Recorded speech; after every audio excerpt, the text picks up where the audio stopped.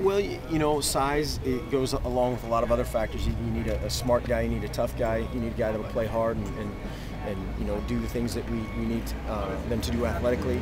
And I think, again, as a unit, they're getting better, you know, and that's another position where a young guy is trying to learn his deal at maybe whatever it is, right tackle, and then the next play he's playing right guard, and then the next series or the next day he's playing left guard or left tackle or whatever the case may be, and just trying to rotate those guys through. So those guys make a ton of mistakes, but you have to just you know, pound through them and just kind of learn, you know, and take the good with the bad. And you watch a kid like Tyler Johnstone, who's, you know, he's going to get outsized by a lot of guys he's trying to block on our defense right now, but he's going to compete and finish and get better every day. And that's really what you want to see in the top 5, 6, 7, 8, whatever that number ends up being. That'll be in the fall. One last question, Kyle Long. He said he would be fighting for a second year of eligibility here at the University of Oregon. Any word on that yet, or? That process is that has to take place after he's already here.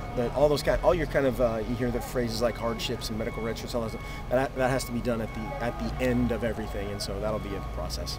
I don't know how that goes. Thank you very much. All right. Who's your first pick in the draft? Yeah. For the team, the scrimmage, not the NFL. We don't care about our draft? Yeah. Gosh. You have a draft board workout yet? No? Hopefully not Jackson Rice. We haven't worked the draft board yet. We're going to have to go to the front office and get that done. I have no idea. We were talking about, it might be a coin flip. We might just, you know, split O-lines up or groups up of each position and do a coin flip, so we'll see. Okay. Yeah. Nice diplomatic answer. No, I didn't. No, nice try. I'm just kidding. Did you guys get together like buffalo wings and have a big draft party? One year we did an unbelievably insane production. I mean, it was NFL Network quality stuff. We're going to bring in Rich Eisen and the boys and do the draft analysis. But no, it'll be. I mean, there will be something. There will be hijinks for sure. Yeah. Do you guys take it pretty seriously? Yes and no. I mean, we had the first couple of years we did. It was hilarious, and it will still be fun. But we might do a little bit more a diplomatic thing where, you know, hey, this guy can play center, and the opposite guy has to be on the other team. You know, just kind of one of those deals.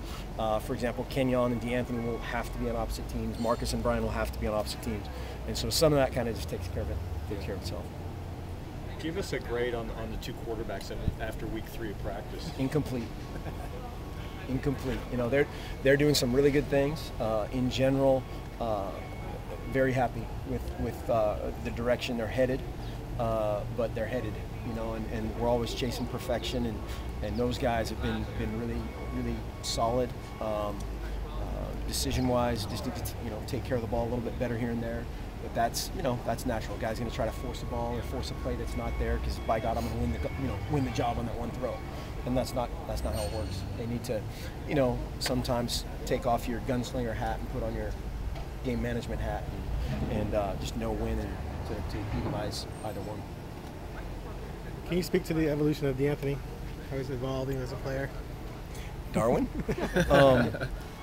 He's been great. You know, again, just a guy that you love to be around. He's always trying to do multiple things and whether it's alignments or assignments or you know, special teams.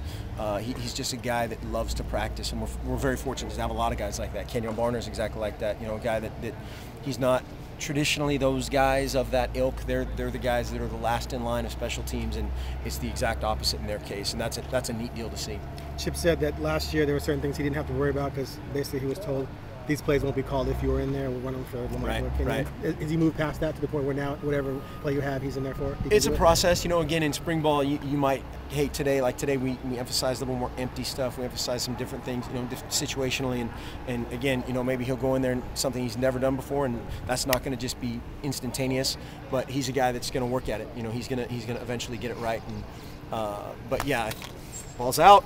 That's the media equivalent of ball security. Right? But you're the Michael Clay. Yeah, exactly. Pounce.